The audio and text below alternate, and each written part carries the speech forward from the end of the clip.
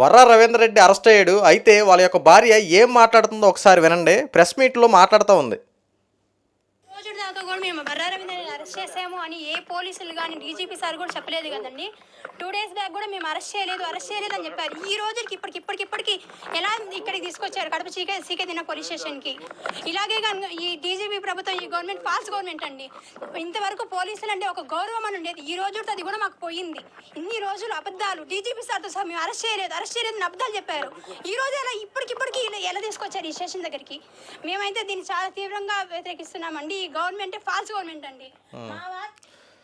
TDP government falls government, పోలీసులు falls అంట. అంటే గతంలో 5 సంవత్సరాల్లో పోలీసుల మీద ఒక నమ్మకం ఉందంట, ఇప్పుడు నమ్మకం లేదంట. అంటే గత 5 సంవత్సరాల్లో పోలీసులు జగన్మోహన్ రెడ్డి ఆదేశాల మేరకు మీరు చెప్పినట్టు వ్యవహరించేవాళ్ళు కదా కొంతమంది. అప్పుడు మీకు నచ్చిన పోలీసులు ఈ రోజున మీ మీదే వ్యతిరేకమయ్యేపాటికి ఇప్పుడు మీకు ఆ పోలీసులు అంటే ఫాల్స్. ఆ పోలీసుల మీద మీకు నమ్మకం లేదు. ఎందుకంటే ఇప్పుడు కూటమి ప్రభుత్వ అధికారంలో వచ్చిన తర్వాత పోలీస్ వ్యవస్థ సరైన దారిలో పనిచేస్తుంది. ఫస్ట్ ఆఫ్ ఆల్ ఎందుకంటే గతంలో విధి నిర్వహణలు చేయాలన్న అధికార ఒత్తిళ్ళు, గతంలో జగన్మోహన్ రెడ్డి ఆదేశాల మేరకు, మరి ప్రభుత్వం కదా పోలీసు వ్యవస్థ, ప్రభుత్వం చెప్పినట్టు చేయాలి. సో ఇక్కడ లా అండ్ ఆర్డర్ ఇష్యూలో పోలీసులు ఎంత కఠినంగా వ్యవహరిస్తామన్నా ప్రభుత్వం నుండి వచ్చే ఒత్తిళ్ళ బట్టి సరిగ్గా పనిచేసేవాళ్ళు కాదు. అది అందరూ తెలిసిన విషయమే. కానీ ఇప్పుడు ప్రభుత్వం పోలీస్ వ్యవస్థను ఫ్రీగా వదిలింది. లా అండ్ ఆర్డర్ విషయంలో ఎక్కడ తప్పు చేసినా ఉపేక్షించేది లేదు. ఎలాంటి వారినైనా తొక్కుబట్టి నారదీసి జైల్లో వేయండి, మేము చూసుకున్నాం అని చెప్పి ఇప్పుడు పోలీస్ వ్యవస్థకి ఫ్రీడమ్ ఇచ్చింది. ఆ ఫ్రీడమ్తోనే పోలీస్ వ్యవస్థ కరెక్ట్గా పనిచేస్తున్నారు. అయితే ఇప్పుడు వీళ్ళకి ఫాల్స్ పోలీసులు అంటే వీళ్ళు నచ్చట్లేదంట. ఆ మేడం గారు మాట్లాడే మాటలో, రవీందర్ రెడ్డి యొక్క భార్య మాట్లాడే మాటలో ఇప్పుడు పోలీస్ వ్యవస్థ సరిగ్గా పనిచేయట్లేదని చెప్పి మాట్లాడుతూ ఉంది. ఎందుకంటే ఆయన అరెస్ట్ అయ్యాడు కాబట్టి. రెండవది, పోలీసులు నిన్నటి వరకు అబద్ధాలు చెప్పిన పోలీసులు ఈ రోజున అరెస్ట్ అయిన తర్వాత ఎందుకు చెప్పలేదని చెప్పి అంటుంది. ఇప్పుడు దొంగ పారిపోయిన తర్వాత మీ ఇల్లు అన్నీ సోదా చేశాడు, మీ బంధువులు ఇల్లు తిరిగారు, తర్వాత మీ ఇంటి పక్కల అందరినీ పోలీస్ గస్తీ పెట్టారు, ఎంక్వైరీ చేశారు, అన్ని రకరకాలుగా చూస్తూ ఉన్నారు.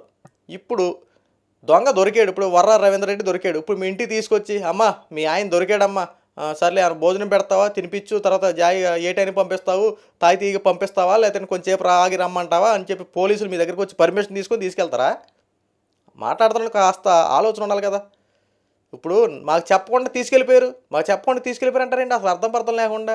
ఇప్పుడు పారిపోయినోడిని వెతికి ఏదో రెడ్డి పీకి పోలీస్ స్టేషన్లో పెడతారు కదా, తెలుసుకొని మీరే రావాలి కదా. మా భర్త వెళ్ళిపోయాడు, తప్పించుకుని పారిపోయాడు, ఏమైందని చెప్పి తెలుసు. ఇప్పుడు నువ్వే అంటున్నావు కదా, మీడియా పరంగా తెలిసేపాటికి మేము మీడియాలో వార్తలు చూసిన తర్వాత ఇప్పుడు వచ్చామన్నావు, తెలుసుకున్నావు కదా, ఇప్పుడు తప్పే ఉంది.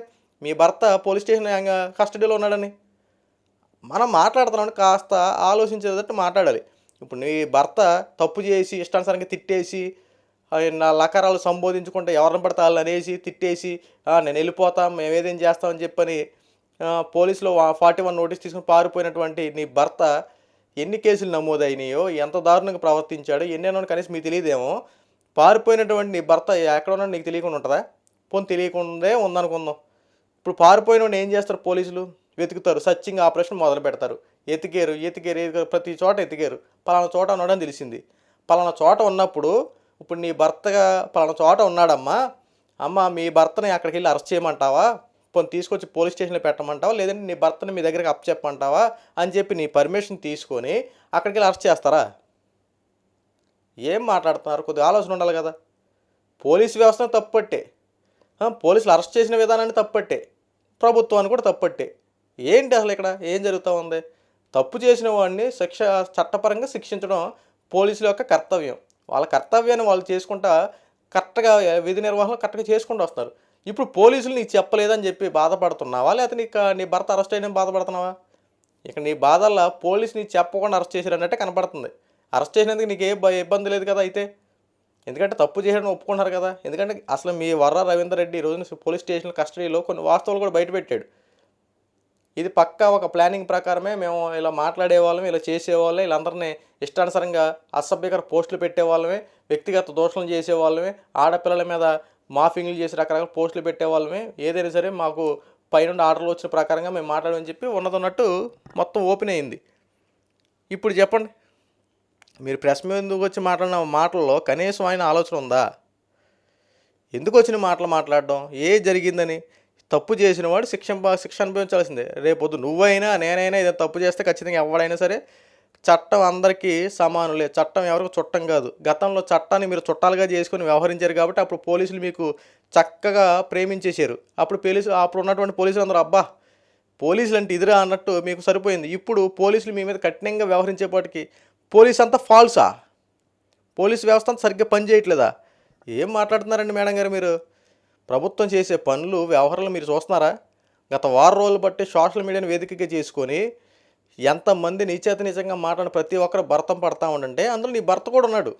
పర్టికులర్గా నీ భర్తని నీ భర్తను ఒక్కరిని అరెస్ట్ చేయలేదే. వర్రా రవీంద్ర రెడ్డి అన్నవాడే మొత్తం ఇది అంతటి కారణం అని చెప్పి నీ ఒక్కరిని అరెస్ట్ చేయలేదే. ప్రతి ఒక్కరూ 1500 పైన కేసులు నమోదయ్యాయి. అనేక మంది పోలీస్ స్టేషన్లో 41 నోటీస్ తీసుకొని బయటకు వచ్చిన వాళ్ళు ఉన్నారు. అంటే మాట్లాడిన లిమిట్స్ బట్టి కొంతమంది జైల్లో శిక్ష అనుభవిస్తూ ఉన్నారు, కొంతమంది కస్టడీలో ఉన్నారు. ఇలాంటివన్నీ చూసుకోండి, ఒకసారి వెనక్కి తిరిగి ఆలోచించుకోండి. నీ భర్తను ఒక్కరిని అరెస్ట్ చేయలేదు ఇక్కడ పోలీసులు. నీ భర్త మీద కక్ష సాధింపు రాజకీయాలు చేసి పర్టికులర్గా కూటమి ప్రభుత్వం మీరు అంటారు కదా, కూటమి ప్రభుత్వం అంతా ఫాల్స్, నా భర్తను టార్గెట్ చేసి అరెస్ట్ చేశారని చెప్పి మాట్లాడుతున్నారు కదా. ఇక్కడ నీ టార్గెట్ చేసినట్టు ఎక్కడ కనబడుతుంది? టార్గెట్ చేయలేకుంటే అధికారంలోకి వచ్చినప్పుడే చేయొచ్చు కదా. ఈ టైం వరకు ఎందుకు ఆగారు?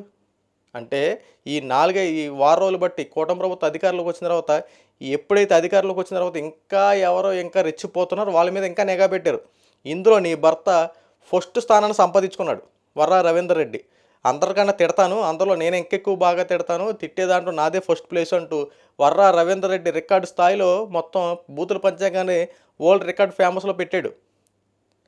ఎవరు తిట్టాలన్నా ఏ రకంగా తిట్టాలో ఎంతవరకు తిట్టాలో నా దగ్గర సెక్షన్ తీసుకోండి అన్నట్టు ఒక తిట్టులకు ఒక రేటు, తిట్టునికి ఒక రేటు, చంద్రబాబుని తిడతా ఒక రేటు, పవన్ కళ్యాణ్ తిడతా ఒక రేటు, నారా లోకేష్ని తిడతా ఒక రేటు, వాళ్ళ ఇంట్లో వాళ్ళని తిడతా ఒక రేటు, వాళ్ళ భార్యలను తిడతా ఒక రేటు, వారి పిల్లల్ని తిడతా ఒక రేటు అని చెప్పి అతని యొక్క కాల్ డేటా, అతనికి ఉన్నటువంటి ఈ మనీ ట్రాన్స్ఫర్లు కనుక ఒకసారి చూస్తే మీకు అర్థమవుద్ది. అప్పుడు వర్రా రవీందర్ రెడ్డి ఎంత శ్రీరామచంద్రుడో, ఎంత బాగా మాట్లాడతాడో, ఎంత బాగా ప్రజలకి పోస్టింగ్లు చేరవేస్తాడో మీకు బాగా అర్థమవుద్ది.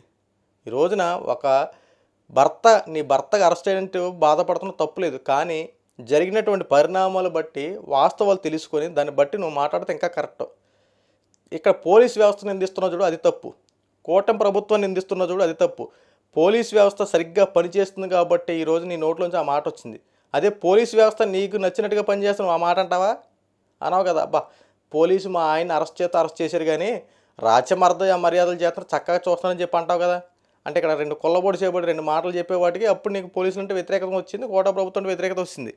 ఎప్పటికైనా వాస్తవాలు తెలుసుకొని మాట్లాడండి మేడం గారు. ఎందుకంటే కూటమి ప్రభుత్వం ఎవరిని వాంటెడ్గా టార్గెట్ చేసి అరెస్టులు చేయట్లా, కక్ష సాధింపులు రాజకీయాలు చేయట్లా, అందరినీ చట్టపరంగా తప్పు చేసిన వాడిని శిక్షిస్తుంది.